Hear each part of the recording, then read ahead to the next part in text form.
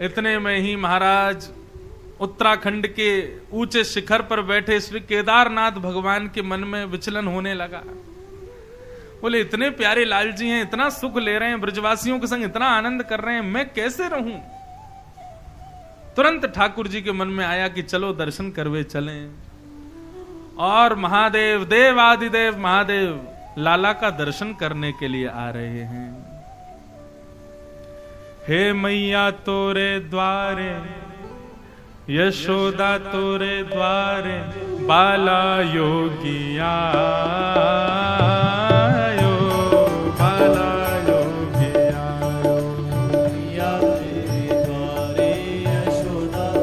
सब लोग गाओ।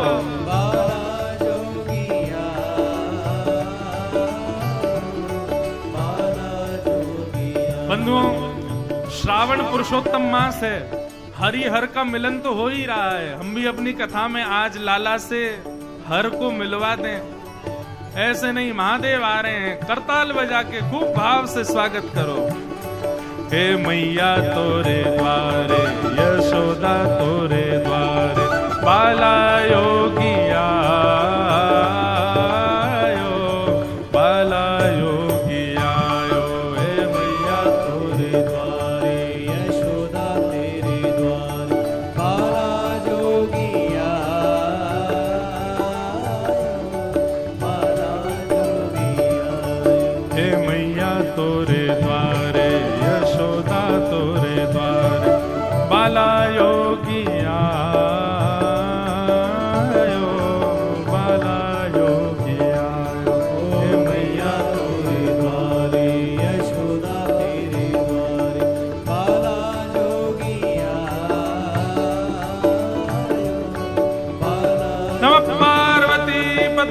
हर हर महादेव।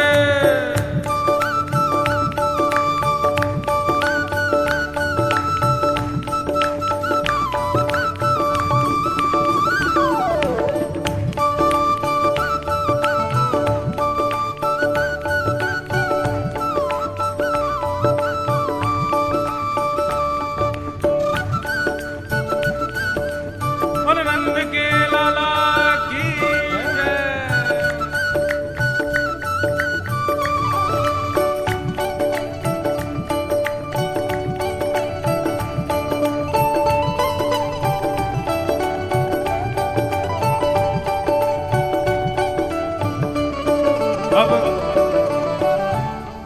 लोग मंदिर जाते हैं, ठाकुर जी के सन्मुख जाते हैं। आप लोग देखो, कभी लाल कपड़े पहन के सब आएंगी मैया, कभी सबका ड्रेस कोड है, कितने बढ़िया सुंदर बन के आप लोग सब आती हो रोज। लेकिन हमारे महादेव कैसा श्रृंगार करके जा रहे हैं लाला से मिलने के लिए। सूरदास जी वर्णन कर रहे हैं। अंग भभूत गले मुंड माला, अंग भभूत गले मुंड माला, अंग भभूत गले मुंड माला, अंग भभूत शेष नाग लपटायो मैया, शेष नाग लपटायो मैया, शेष नाग लपटायो।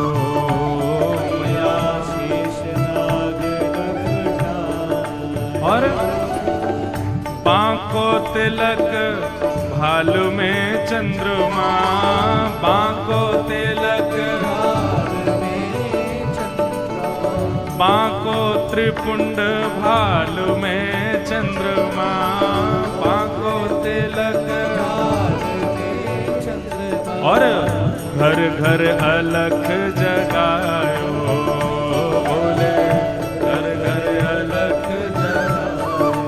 हाँ बोले घर घर अलख जगायो बोले, घर घर अलख जगायो। हे मैया तोरे द्वारे, यशोदा तोरे द्वारे, बाला योगिया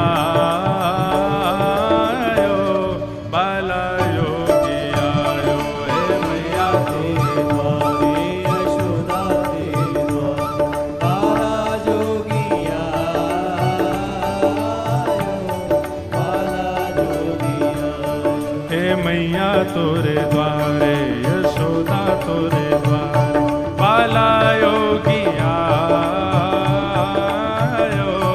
बाला योगी आयो, हे मैया तेरे द्वारे, यशोदा तेरे द्वारे, बाला योगी आयो, बाला योगी आयो। गोकुल में महादेव पहुंचे हैं, त्रिपुंड लगाया है, मुंडों की माला पहनी है, भस्म लगा रखी है पूरे अंग पर, और महाराज इतने आनंद में हैं। क्यों? लाला का दर्शन करने के लिए आए, देहाभिमान से शून्य हैं, डमरू बजा रहे हैं, अलाप निरंजन सब जगह बोलते हुए जा रहे हैं। एक गोपी ने जाके प्रणाम किया, बोले बाबा कहां से आए हो? हिमालय से आ रहे हैं बेटी, और हमने सुना है यहां किसी नीलमणि बालक ने जन्म लिया है। हम जोगी हैं, हस्त रेखा भी देखना जानते हैं और चरण रेखा देखना भी जानते हैं।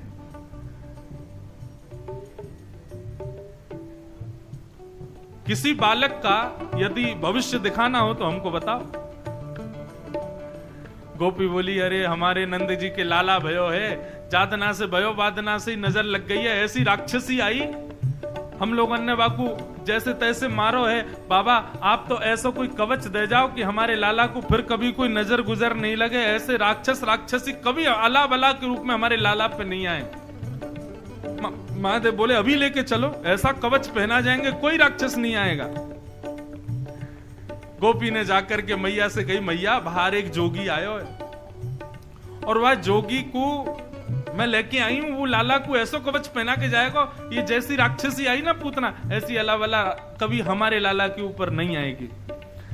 अच्छा, मैया का स्वभाव पता कैसा है?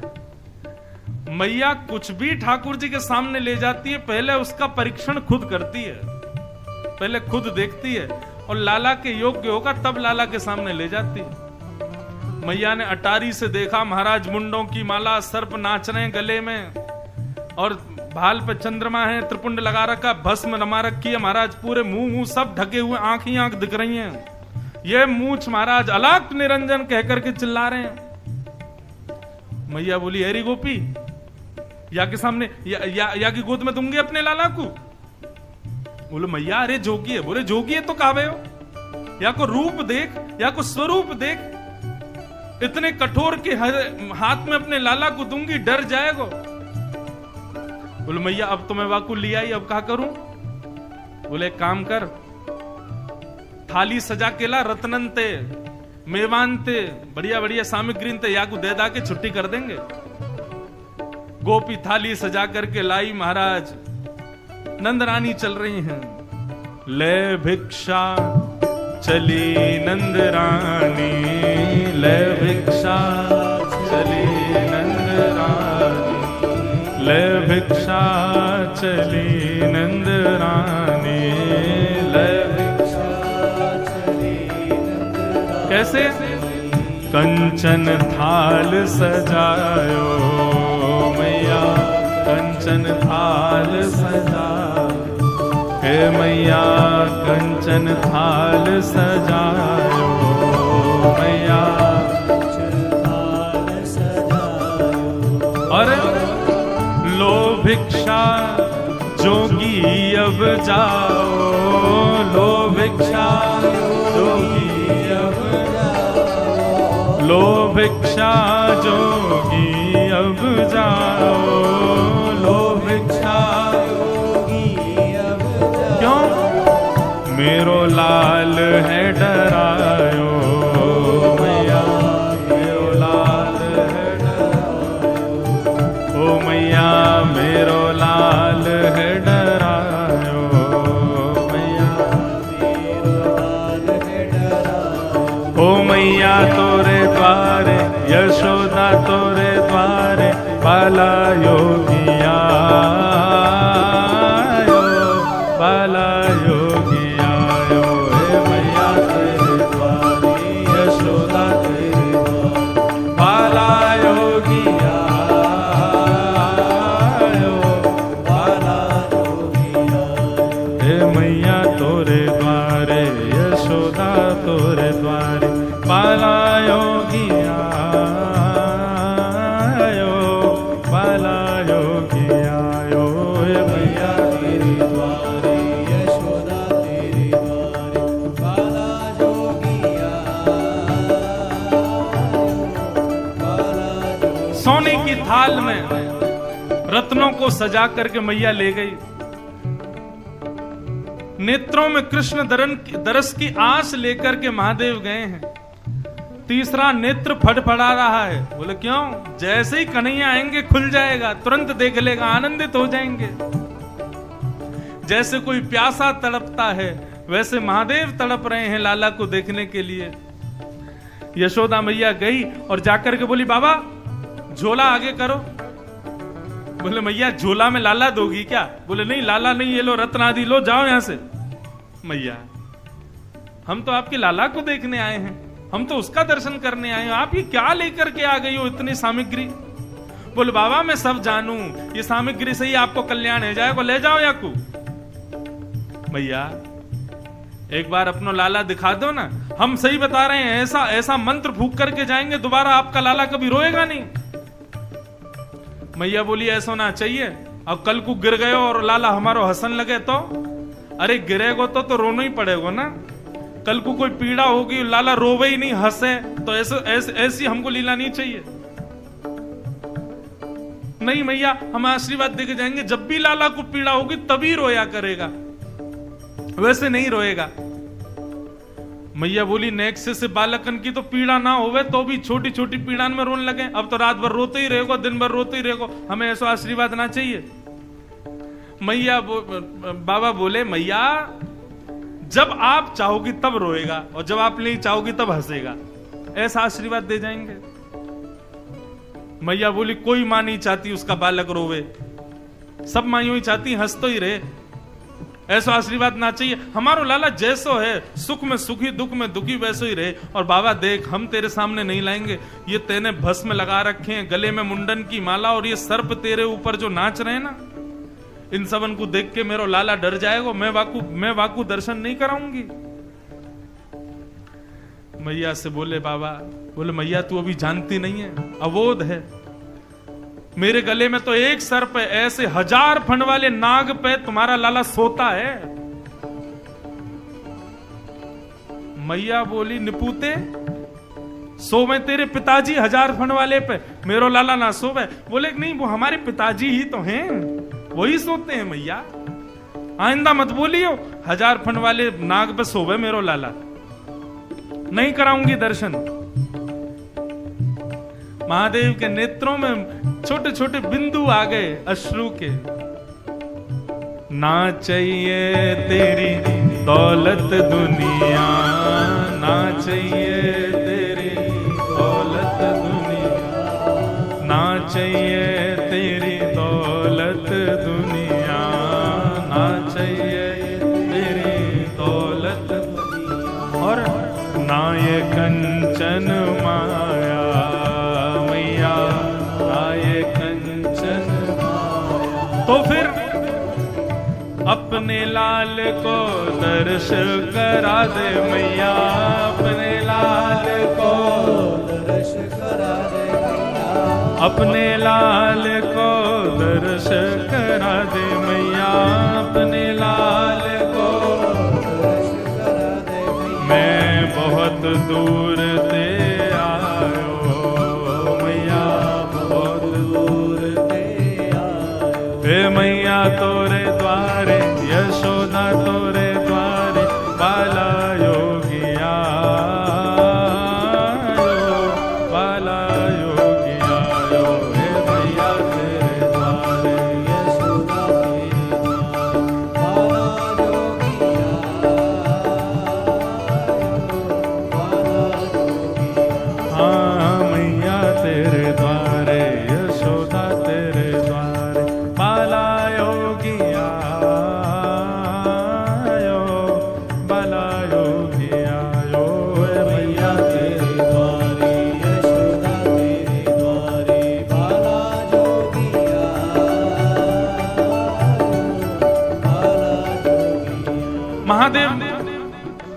हाथ जोड़ के प्रार्थना कर रहे हैं, मैया अपने लाला से मिलवाए दो। मैया बोली, बाबा जो कहोगे सो दे दूंगी, लेकिन लाला को दर्शन तो नहीं कराऊंगी। महादेव ने वहीं त्रिशूल गाड़ा, बैठ गए। बोले हम भी तो देखें कब तक दर्शन नहीं कराओगे, कभी तो तुम्हारा लाला बाहर आएगा, तब देख लेंगे हम। मैया ने नंद भवन के दरवाजे बंद कर दिए। बोले अपने लाला को घर में ही बुड्ढो करा दूंगी, लेकिन तो दर्शन नहीं कराऊंगी। महादेव रोने लगे। बोले इतना भी हट क्यों कर रही हो मैया? जब मैया ने द्वार ही बंद कर दिए, मैया चली गई, तो महादेव ने नेत्र बंद करके पलना में सोए ठाकुर जी को देखा। ठाकुर जी हंस रहे थे किलकिल करके। महादेव बोले सब आपकी लीला है ये, आप ही नहीं चाहते कि हम आपको देखें। ठीक है, अब बैठे रहो, हम जा रहे हैं यहां से। और जैसे ही महादेव उठ करके गए, पलना में सोए हुए ठाकुर जी ने रोना शुरू किया। अब रोए सो रोए महाराज, नीलमणि लालमणि हो गए, नीलमणि से लालमणि हो गए, लाल पड़ गए लाला के गाल, आंखें लाल, और महाराज आंसुओं की धार गए। यशोदा मैया व्याकुल हो गई, गोपियों से कही अरे कोई रायनोन लेके आओ, अरे मेरो लाला शांत ना हेरो, या कुछ जल पिवाओ, दूध पिवाओ, जो भी कुछ मुख में दें। ठाकुर जी सब उगाल दें। रोना बंद नहीं करे, फूट फूट के रो में, मानो जैसे ज्वर चढ़ गया हो। अब तो ये हो गई महाराज, रोते रोते ठाकुर जी को कपकपी आने लगी। यशोदा मैया हृदय से लगावे, गोद में लेवे, नंद बाबा गोद में लेवे, लेकिन लाला शांत नहीं भयो। वो गोपी गई, मैया वो बाबा आयो ना, जोगी है, तांत्रिक है, सब जाने, मुझे तो ऐसा लगा तुमने वह दर्शन ना करे, वही ने कछु कर दियो है। मैया अभी ज्यादा दूर गयो ना होगो, वही को बुलाए लो, वही को दर्शन करा दो, बाबा कछु बढ़िया आशीष ही देके जावेगो हमारे लाला को। मैया बोली वाको स्वरूप कैसा है, ऐसे ऐसे के सामने अपने लाला को नहीं ले जाऊंगी।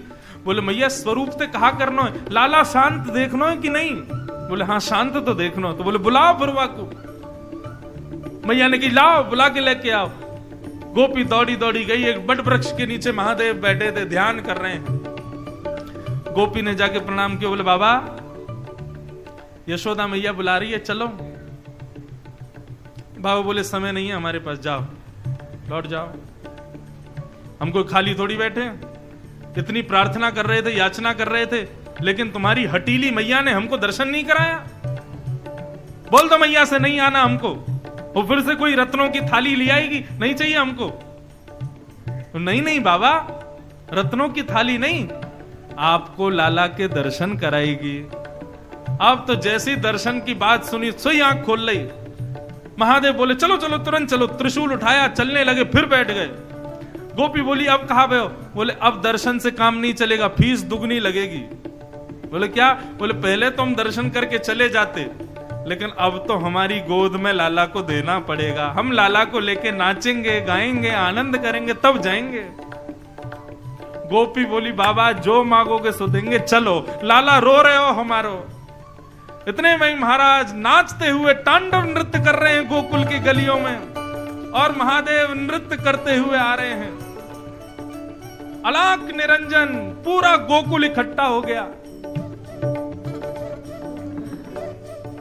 नंद भवन में लाल जी की आवाज गूंज रही है रोने की। जैसे ही महादेव ने प्रवेश किया, यशोदा मैया की गोद में लेटे हुए लाल जी ने जैसे ही महादेव को देखा, आंखों में आंसू तो हैं, लेकिन मुख पर किलकारी आने लगी, हंसने लगे। बोले बाल कृष्ण लाल की, हंसने लगे ठाकुर जी। जैसे ही लाल जी को देखा है, सूरदास जी कहते हैं महादेव ने सबसे पहले तो यशोदा की गोद में लाल जी हैं, तो पहले मैया सहित लाल जी की 5 परिक्रमा लगाई है। पंचवेर परिक्रमा करके, पंचवेर परिक्रमा करके, पंचवेर परिक्रमा करके, पंचवेर परिक्रमा, और श्रृंगीनाद बजायो भोले, श्रृंगीनाद बजायो, हाँ बोले श्रृंगीनाद बजायो, बोले श्रृंगीनाद बजायो।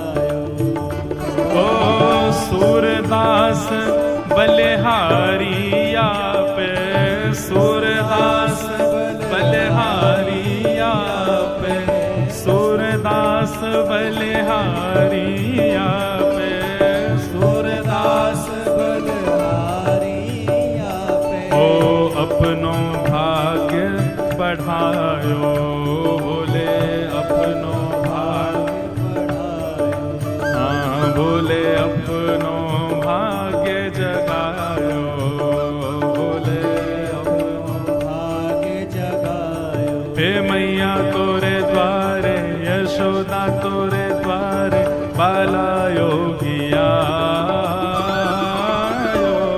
बाला योगिया, हे मैया तेरे द्वारे, यशोदा तेरे द्वारे, बाला जोगिया बाला जोगिया। हे मैया तोरे द्वारे, यशोदा तोरे द्वारे, बाला योगिया बाला योगिया, हे मैया तेरे द्वारे, यशोदा तेरे द्वारे, बाला जोगिया। नमः पार्वती पतये, हर हर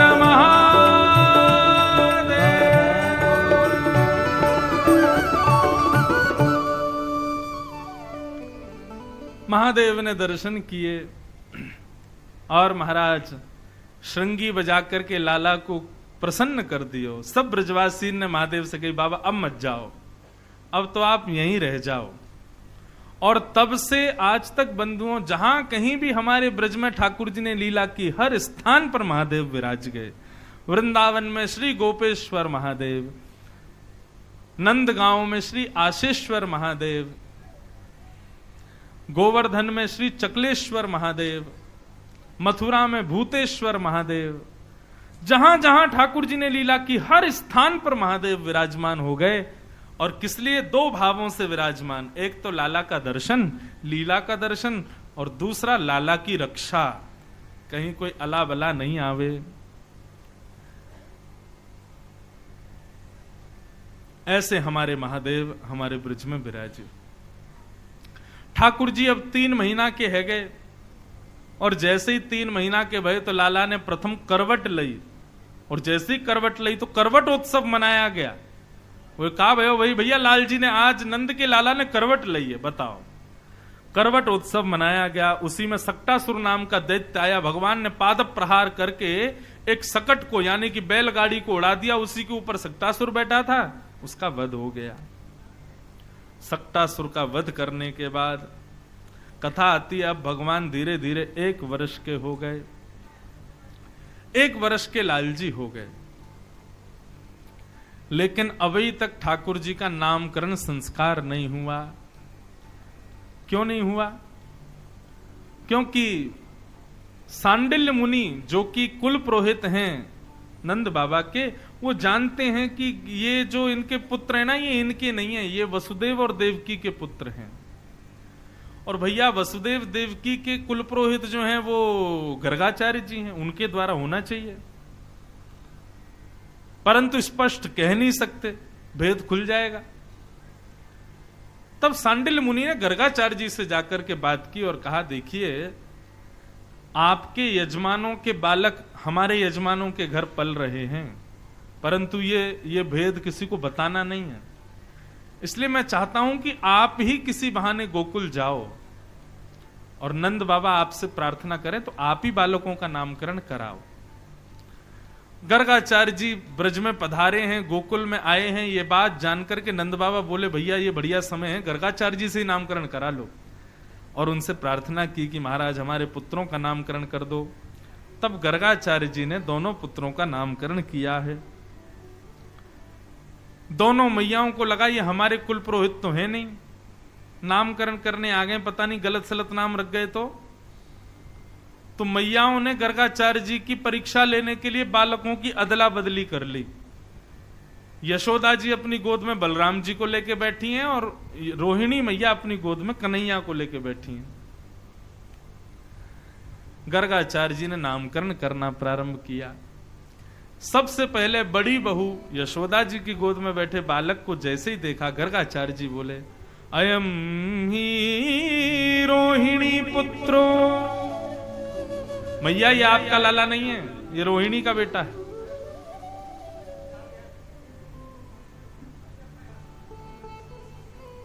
ये रोहिणी का बेटा है। रमयन श्रुहिदो गुणई आख्यास्यते रामति बलाधिक्यात् बलम विदु। मैया ये आपकी गोद में जो ये बालक लेटा है, ये रोहिणी का बेटा है। यशोदा मैया बोली, साचो है बाबा, सब जानता है, बता दिया। क्या नाम रखें इसका? बोले कि भैया जैसे राम जी ने अपने कुल मर्यादा का पालन किया, वैसे ये बालक भी अपने कुल मर्यादा का बड़ा पालन करेगा, इसलिए मैं इसका नाम राम रखता हूं। पर बल की अधिकता होने की वजह से बल इसमें बहुत होगा, शेषनाग के समान बल होगा, इसलिए लोग इसको बलराम कह करके पुकारेंगे। बोल बलराम जी महाराज की।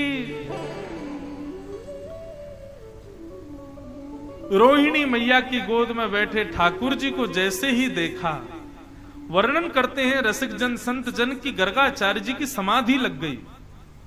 भगवान को देख करके अनंत समय तक समाधिस्थ हो गए श्री गर्गाचार्य जी। क्यों? इसके पीछे बड़े कारण बताए जाते हैं, परंतु एक रसिक जन का मैं भाव सुन रहा था, बोले भैया ठाकुर जी की सेवा में जड़ चेतन सब जाना चाहते हैं, जरूरी नहीं चेतन ही भगवान की सेवा करना चाहते हैं, जड़ भी भगवान की सेवा करना चाहते हैं। कैसी सेवा? बोले कि भैया गर्गाचार्य जी की जीभ पर हिंदी वर्णमाला के सारे अक्षर प्रकट हो गए और सब प्रकट होकर के गर्गाचार्य जी से जिद करने लगे, नहीं नहीं हमसे नाम रखो, हमसे नाम रखो ठाकुर जी का, हमको सेवा में भेजो, हमारी सेवा स्वीकार करो। तो गर्गाचार्य जी सोच रहे हैं किस अक्षर से नाम रखूं भगवान का। तब अंततो गत्वा गर्गाचार्य जी ने सबको सुख देने के लिए, सारे अक्षर रो रहे थे, तो सबसे कहा बहुनी संति नामानी। हिंदी वर्णमाला में जितने अक्षर हैं मैया, उतने अक्षरों से आपके लाला के नाम होंगे, हर अक्षर से एक नाम होगा आपके लाला का। मैया बोली ऐसा मत करो, हमको आ आ ई कह के नहीं पुकारना लाला को, कोई एक नाम दे जाओ। बोले मैया ठीक है, तो मैं एक नाम रखता हूं। आपका लाला कभी पीत वर्ण का हुआ, कभी श्वेत वर्ण का हुआ, कभी रक्त वर्ण का हुआ, इस बार ये श्याम वर्ण का है, इसलिए इसका नाम मैं रखता हूं इदानिम कृष्णताम गतः। श्याम वर्ण को ही कृष्ण कहते हैं। आपके लाला का मैं नाम कृष्ण रखता हूं। बोलो बाल कृष्ण लाल की। भगवान का नाम कृष्ण रखा गया। बंधुओं, ठाकुर जी का रंग, इसके पीछे बड़ी बातें चलती हैं रसिक जनों में। कैसा है ठाकुर जी का रंग? सांवला है ऐसा भी नहीं कह सकते, काला है ऐसा भी नहीं कह सकते, नीला है ये भी नहीं कह सकते। तो मैं अपनी एक बार कथा में कहीं कह रहा था, बोले भैया विश्व के जितने रंग हैं, जितने भी रंग हैं विश्व में, सब रंगों को यदि मिला दोगे तो जो रंग निकल के आएगा वही कृष्ण रंग है। आएगा गहरा ही आएगा, थोड़ा सांवला काले का मिक्सचर ही, लेकिन प्योर काला भी नहीं होगा, प्योर नीला भी नहीं होगा। सबको घोल करके जो रंग निकलेगा वो कृष्ण वर्ण है। ठाकुर जी का कृष्ण नाम रखा गया। ये तो था वर्ण के रूप से नाम, लेकिन वैसे अर्थ यदि किया जाए तो कृष्ण शब्द का अर्थ क्या है? पृथ्वी पर रहने वाले प्रत्येक मानव को कृषि कहते हैं। केवल खेती करने वाले को कृषि नहीं कहते, हर व्यक्ति को कृषि कहा जाता है। पृथ्वी पर जो रहे, पृथ्वी का लालन पालन जिससे हो, उसको कृषि कहा जाता है। तो पृथ्वी का हर व्यक्ति कृषि है, और हर व्यक्ति जब इस नाम का उच्चारण करे तो उसकी निवृत्ति हो जाए ना। तो कृषि यानी कि मानव जिस नाम को गाकर के निवृत्त हो जाए, न हो जाए, उसी नाम को कहते हैं कृष्ण। जिस नाम को गाने से पृथ्वी छूट जाए, बार बार का आवागमन छूट जाए, 84 लाख योनियां छूट जाएं, वही कृष्ण नाम है। ऐसे भगवान का नाम कृष्ण रखा। अब कृष्ण शब्द का कई लोग अशुद्ध उच्चारण करते हैं। वैसे तो एक बात आपको स्पष्ट कर दूं, भगवान का नाम अशुद्ध कभी होता ही नहीं। वो ठाकुर जी का नाम ही कैसा जो अशुद्ध हो जाए? सांसारिक वस्तु अशुद्ध होती है, भगवत नाम कभी अशुद्ध नहीं होता। आप कैसे भी बोलो, लेकिन फिर भी विचार करो कि शुद्ध ही बोलो। ठाकुर जी का नाम शुद्ध है, हमारी बोलने की प्रक्रिया अशुद्ध है। कई लोग कृष्ण ना बोलते हैं, कई लोग किशन बोलते हैं, कृष्ण बोलते हैं, जाने क्या कृष्ण कन्हैया। अरे कृष्ण नहीं है, कृष्ण। छोटे बालक इस नाम का शुद्ध उच्चारण नहीं कर पाते, अति वृद्ध लोग भी इस नाम का शुद्ध उच्चारण नहीं कर पाते, और जिनका मन एकाग्र नहीं है वो भी इस नाम का शुद्ध उच्चारण नहीं कर पाते। शुद्ध उच्चारण कर देंगे तो सदगति नहीं हो जाएगी। इसलिए सदगति उसी को ही मिलती है, वही शुद्ध उच्चारण कर पाता है जिसने सत्संग किए हो, वैष्णव संग किया हो। नहीं तो आप लोगों से पूछ लीजिए, कृष्ण नाम का शुद्ध उच्चारण नहीं कर पाते। कोई अनुस्वार, बिंदी या कोई मात्रा अधिक लगा ही देते हैं। तो भगवान नाम क्या रखा गया? कृष्ण। भगवान का मधुर नाम कृष्ण रखा गया।